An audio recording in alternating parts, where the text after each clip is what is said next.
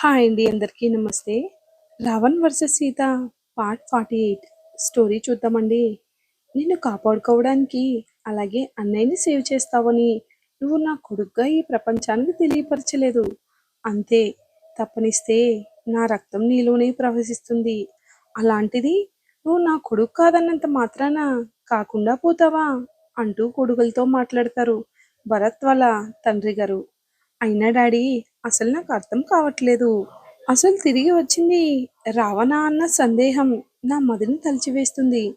ఎందుకు అలా అంటున్నావు పృథ్వీ అని అడుగుతారు తండ్రి. ఆ రోజు అతన్ని గన్తో షూట్ చేశాము. తప్పించుకునే ప్రయత్నం కూడా చేశాడు, కానీ నా ముఖాన్ని చూడలేదు. వెనక నుంచి అతని మీద దాడి చేసింది నేనే. అలా ఒక లోయలో పడిపోయాడు. అలాంటి వ్యక్తి తిరిగి వచ్చాడంటే ఆశ్చర్యంగా ఉంది. అప్పటికి తను 10% కూడా అతను బ్రతకడానికి హోప్స్ లేవు. అలాంటి వ్యక్తి బ్రతికి తిరిగి వచ్చాడంటే ఒక పెద్ద క్వశ్చన్ మార్క్ లా ఉంది డాడీ అని అంటాడు పృథ్వీ.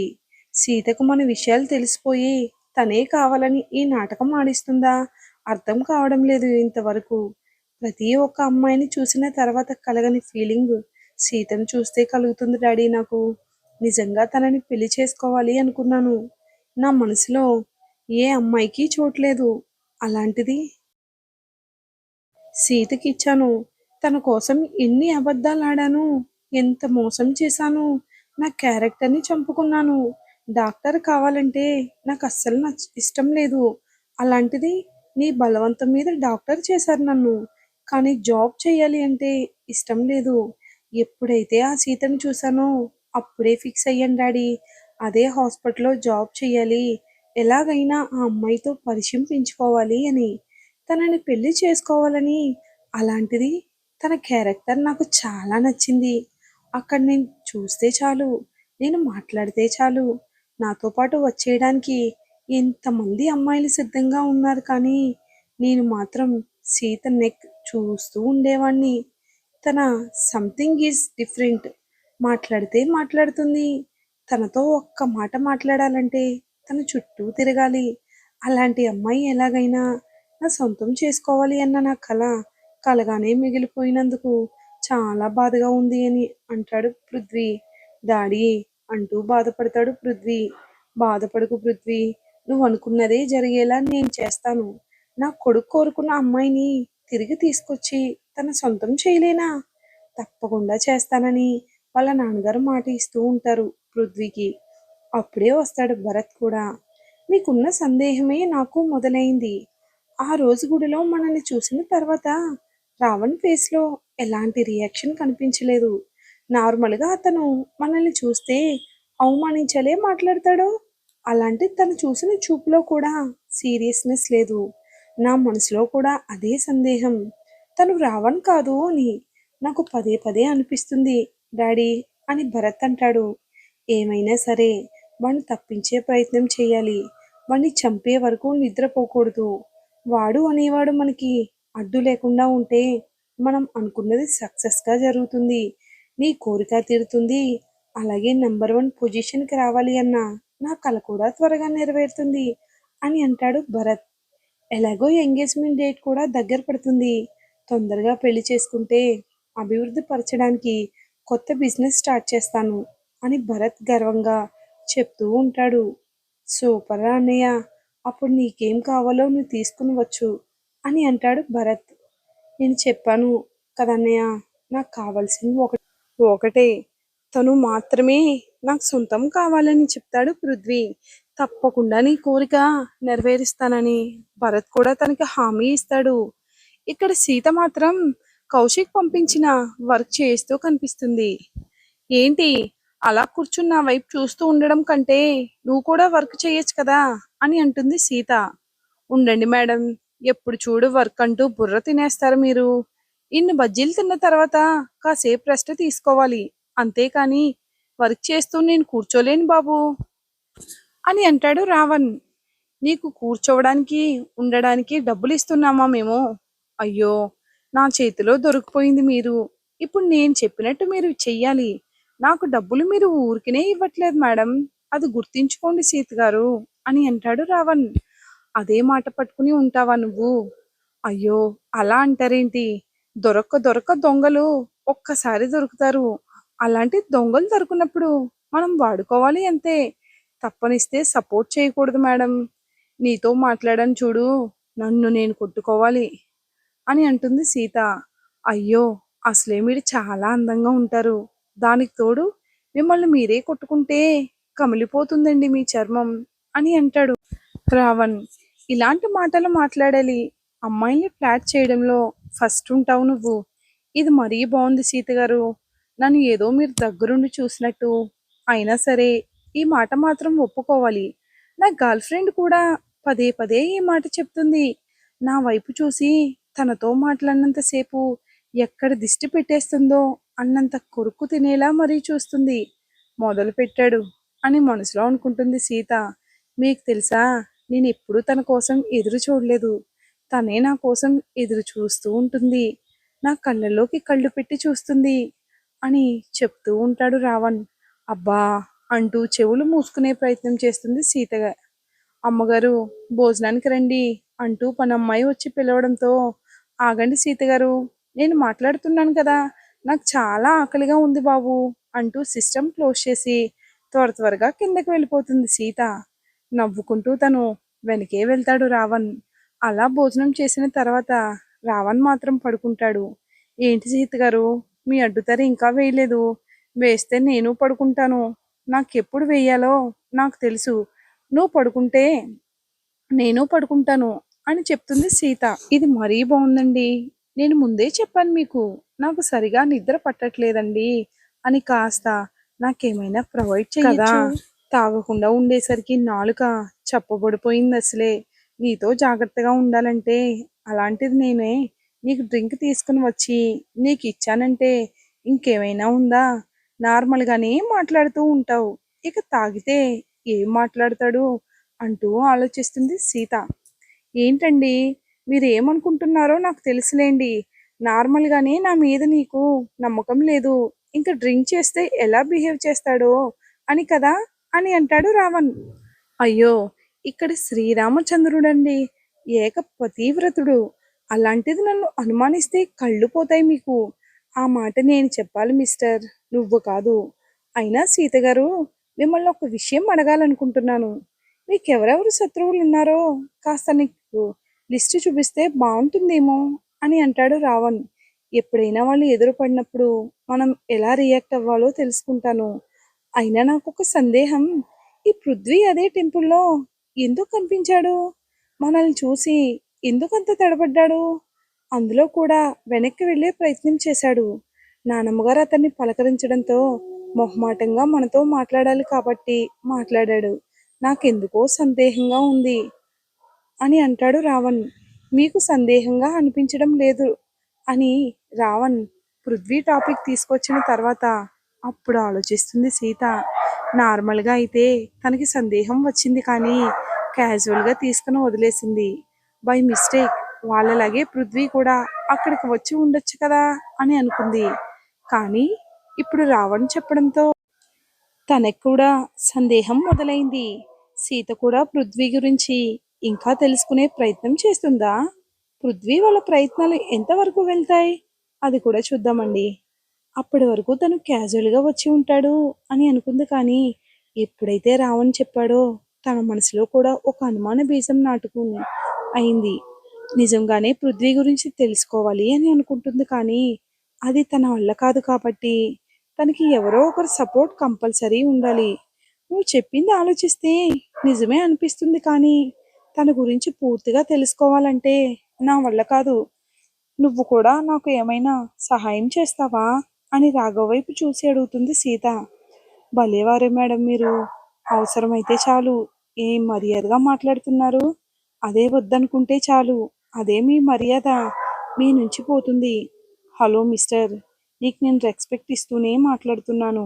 నువ్వే నాకు రెస్పెక్ట్ ఇవ్వడం తగ్గింది కానీ నేను పట్టించుకోవట్లేదు. అయ్యో సీత గారు, మీకు నేను రెస్పెక్ట్ ఇవ్వట్లేదా? చెప్పండి సీత గారు అని చెప్తున్న తర్వాత ఇంకా రెస్పెక్ట్ ఇవ్వలేదని మీరు భావిస్తే ఇక నుంచి మేడం అని పిలుస్తాను. మీకు సమ్మతమేనా అని అడుగుతాడు రావణ్. చాలా వేషాలు ఇప్పటికే చాలా ఎక్కువ మాట్లాడుతున్నావు. ఏదో ఒక అమ్మాయి వల్ల కాదు అని నిన్ను సహాయం అడిగానంతే. తప్పునిస్తే ఇక ఎవరు నాకు హెల్ప్ చేయరు అనే డిసిషన్ మాత్రం తీసుకోకు. నాకు హెల్ప్ చేసేవాళ్ళు చాలా మంది ఉన్నారంటూ మూతి తిప్పుకుంటుంది సీత. అయ్యో! కనీసం బ్రతిమలాడతారులే మీకు హెల్ప్ చేద్దామని అనుకున్నాను. అసలు మీ దగ్గర బ్రతిమలాడడం అనే పదానికి అర్థం తెలీదని అనిపిస్తుంది. బ్రతిమలాడడంలో తప్పు లేదు కానీ నీలాంటి వాళ్ళని కాదు అని అంటుంది సీత. ఏంటండి ప్రతిదానికి అంతలా రాగాలు తీస్తారు? ఏంటో మీ ఆడవాళ్ళు మాటలకు అర్థాలే వేరులే అని అంటాడు. నిజమేనండి. ఆడవాళ్ళు ఏం మాట్లాడుతున్నారో నిజంగా అర్థం తెలుసుకోవాలంటే చాలా కష్టం సుమి. అసలు నీతో ఎందుకు నాకు అసలే ఈ రోజంతా టైం వేస్ట్ అయిపోయింది. ఇంట్లో కూర్చోబెట్టారని తిట్టుకుంటూ వెళ్ళి పడుకుంటుంది సీత. ఏంటి సీత గారు అప్పుడే మీకు నిద్ర వస్తుందా? సరే పడుకోండి. ఏదో కాస్త టైం పాస్‌గా నాతో గొడవ వేసుకుంటారనుకుంటే, గొడవను మధ్యలో ముగించి ఇలా పడుకుంటే ఎలా అండి? ఇక ఆపండి రాఘవ్ గారు. ఇప్పటికే చాలా ఎక్కువైంది. అసలు నేను చాలా తక్కువ మాట్లాడతాను. మీరు మా ఇంటికి వచ్చినప్పటి నుంచి మీతో గొడవ పడడం ఎక్కువైంది. అదేంటండి అలా మాట్లాడుతున్నారు? మరి మీ భర్త గారితో ఏ రోజు గొడవ పడలేదా? మాట్లాడలేదా? అని అడుగుతాడు రావణ్. నాకు తెలిసిన ప్రకారం నేను ఎంక్వైరీ తెలిసిన ప్రకారం ఒక విలన్ అని విన్నాను. అది కూడా మీ పాలిట అలాంటిదే. ఏం మాట్లాడి ఉంటారు లేండి. నేను మీకు ముందే చెప్పాను రాఘవ్. రావణ్ గారి గురించి అస్సలు మాట్లాడొద్దని. ఏంటండి ఆయన ప్లేస్‌లోకి వచ్చాను. ఆయనలాగా నటించడానికి వచ్చాను. అలాంటప్పుడు నేను మాట్లాడడంలో తప్పేముంది సీత గారు అని అంటాడు రావణ్. నటించడానికి మాత్రమే వచ్చావు. నువ్వు రావణ్ కాదు కదా! మరి నేను రావణ్ అని మీకు తెలిస్తే ఏం చేస్తారు? అని తన కళ్ళల్లోకి చూస్తూ చెప్తాడు రావణ్. నక్కకి నాగలోకానికి చాలా తేడా ఉంటుంది. అది తెలుసుకుంటే ఇంకా బావుంటుంది. అంటే ఏంటి మీ ఉద్దేశం? నేను నక్క అని మీ వారు నాగలోకంలో ఉంటారని అనుకుంటున్నారా? అని అంటాడు రావణ్. నేనేం లేదు. జస్ట్ నేను శాంపుల్ చెప్పానంతే. నీకు నువ్వన్నీ ఊహించేసుకున్నప్పుడు అందులో నాది తప్పు లేదు కదా! ఇక్కడ హీరో ఉండి సీత గారు. కాస్త ఈ హీరో వంక చూడండి. మీకే అర్థమవుతుంది అని అంటాడు రావణ్. చూడాల్సిన అవసరం నాకు లేదు. చూసే ముఖమే కదా! అంతకన్నా ఏముంది? అవునులెండి. మాలాంటి వాళ్ళ వైపు మీరెందుకు చూస్తారు? పృథ్వీ గారిలాంటి హీరోలైతే కదా మీరు చూస్తారు అని రాఘవ్ మాట్లాడిన మాటలకు సీతకు పాపం కోపం ఎక్కువైపోతుంది. కోపంతో దిండు తీసుకుని తనను కొట్టడం మొదలు పెడుతుంది. అబ్బా! ఏంటి చంపేస్తారా? ఇలా కొడుతున్నారు మీరు? ఒక అబ్బాయి అనే రెస్పెక్ట్ కూడా లేకుండా ఏంటి సీత గారిది? అసలు నా చేతిలో గన్నుంటే లేకపోతే ఏమైనా కత్తుంటే పొడిచి చంపేస్తాను. లేకుంటే షూట్ చేసేదాన్ని. నువ్వు ఎప్పుడు వాగుతూనే ఉంటావు అని అంటుంది సీత. ఇంకొకసారి ఆ పృథ్వీ టాపిక్ తీసుకురాకు. నాకు చాలా కోపం వస్తుంది రాఘవ్. ఇది మరీ బావుందండి. రావణ్ గారి టాపిక్ తీసుకుని వస్తే తీసుకురాకంటారు. పోనీ పృథ్వీ గురించి మాట్లాడితే వద్దంటారు. పోనీ నా గురించి చెప్పమంటారా? అని అడుగుతాడు రావణ్. నీ గురించి చెప్పడానికి ఏముంది? నేను వినడానికి ఏముంది? అని అంటుంది సీత. అయ్యో! నా గురించి మీరు చాలా తెలుసుకోవాలండి. అమ్మాయిల రాకుమారుడు నేను. నా చుట్టూ బొంగరంలా తిరిగేవాళ్ళు చాలామందున్నారు. నా మనసులో ఇంకా వేకెన్సీ కూడా ఉంది. మీరు కూడా ట్రై చేయవచ్చు అని అంటాడు రావణ్. ఒక అమ్మాయి గర్ల్ ఫ్రెండ్ ఉంది అన్నావు కదా! కాస్తైనా ఉండవలసిన అవసరం లేదా నీకు? వేరే ఒక అమ్మాయితో ఇలా మాట్లాడడానికి నీకు ఒక విషయం తెలుసా? మనం ఒక వ్యక్తిని ప్రేమిస్తున్నామంటే ఆ వ్యక్తి మన మనసులో ఉండిపోవాలి. అలా కాకుండా పక్కవాడిని చూసి మళ్ళీ ఆ అమ్మాయి ప్రేమలో పడేయడానికి ప్రయత్నిస్తే అర్థమవుతుంది. నువ్వు మనసులో వ్యభిచారం చేస్తున్నావని. ఏంటండి అంత మాట అన్నారు సీత గారు? అది నిజమే. పెళ్ళైన తర్వాత ఏ అమ్మాయి అయినా, అబ్బాయి అయినా సరే పూర్తిగా తన భర్త గురించి లేదా భార్య గురించి మాత్రమే ఆలోచించాలి. అలా కాదని ఇంకొకరి గురించి ఆలోచిస్తుంటే తన మనసు తప్పు చేస్తుందని. అలాంటి బుద్ధి నా దగ్గర లేదు. నీ దగ్గర ఉంది కాబట్టి మార్చుకోమని చెప్తున్నా. ఇంత గడ్డి పెట్టిన తర్వాత కూడా మీరు ఏం మాట్లాడుతూ ఉంటారులేనంటూ బెడ్‌షీట్ తీసుకుని ముసుగేసుకుని పడుకుంటాడు రావణ్. మనసులో చాలా సంతోషిస్తూ తన భార్య గురించి చెప్తున్న ప్రతి మాట తన మనసులో నుంచి బయటకు వస్తుంది. తను ఎవరో తనకి చెప్పాలి అని తన మనసు కొట్టుకుంటుంది రావణ్. కానీ చెప్పలేకపోతున్నాడు రావణ్. ఏంటి పృథ్వీ ఇంత చెప్పిన తర్వాత కూడా ఇంకా ఎందుకు నువ్వు ఏదో ఆలోచిస్తున్నావు? అది కాదన్నయ్య. నాకు తెలిసి ఈరోజు నన్ను మీతో చూశారు కాబట్టి కంపల్సరీ వాళ్ళకి నా మీద సందేహం వచ్చి ఉంటుంది. నా మీద కూడా నిఘా పెట్టి ఉంటారు కాబట్టి వాళ్ళకి నేనెవరో తెలుసుకునే అవకాశం ఇవ్వకూడదు. అందుకే దాని గురించి ఆలోచిస్తున్నానన్నయ్య అని అంటాడు పృథ్వీ. నువ్వు దాని గురించి ఆలోచించకు, టెన్షన్ తీసుకోకు. ఏం చెయ్యాలో నాకు తెలుసు పృథ్వీ, నేను చూసుకుంటాను అని చెప్తాడు భరత్.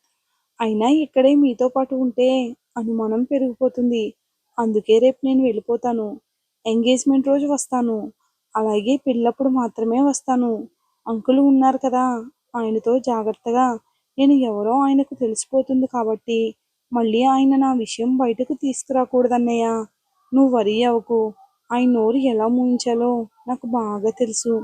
ఇప్పటికే కూతురు చెప్పిన ప్రతిదానికి తల ఆడిస్తున్నాడు. నా చేతిలో కీలుబొమ్మ అయిపోయారు. అలాంటిది మన విషయాలు బయటకు రాకుండా ఆ మాత్రం చూసుకోలేనా పృథ్వీ? అయినా ఏం మాయ చేస్తావురా? వదిన నువ్వు ఏం చెప్తే అది వింటుంది. నువ్వేం చెప్తే అది చేస్తుంది. వాళ్ళ ఆస్తికి కూడా వారసుడివి అయిపోయావు కదరా అన్నయ్య అని అంటాడు పృథ్వీ. అంత ప్రేమలో ఉన్న మాయ నిజమైన ప్రేమని ఎవరూ నమ్మకపోవచ్చు కానీ మనం ప్రతి ఒక్కరూ ప్రేమలో పడక తప్పదు పృథ్వీ. ఇప్పుడు తను కూడా అదే పొజిషన్లో ఉంది. అందుకే నేను చెప్పిన ప్రతి మాట వింటుంది. నేను ఏం చేయమంటే అదే చేస్తుంది. ఎందుకంటే ప్రేమ. ప్రేమ ఒక మనిషిని గుడ్డివాణ్ణి చేస్తుంది అంటూ అన్నదమ్ములు ఇద్దరూ మాట్లాడుకుంటున్నారు. మాటలు ఇంకొక వ్యక్తి వింటారు ఆ మాటలు. ఆ విన్న వ్యక్తి తర్వాత అక్కడి నుండి వెళ్ళిపోయే ప్రయత్నం చేస్తారు. కానీ శబ్దం రావడంతో ఇద్దరూ అటువైపు చూస్తారు. అసలు అక్కడ ఉన్న వ్యక్తి ఎవరు అసలు? ఇప్పుడు తన పరిస్థితి వీళ్ళు చూస్తే ఏంటి? వీళ్ళ చేతికి చిక్కితే ఆ మనిషి ఏమవుతాడు అనే విషయం మనం నెక్స్ట్ వీడియోలో తప్పక చూద్దామండి. డైలీ కామెంట్ చేస్తున్న ప్రతి ఒక్కరికి చాలా చాలా thanks to my all sisters అండి. వీడియో కనుక మీకు నచ్చినట్లయితే తప్పకుండా లైక్ చేసి సబ్స్క్రైబ్ చేసి మన ఛానల్ కొంచెం సపోర్ట్ ఇవ్వండి. Wait for next video. Thanks for watching.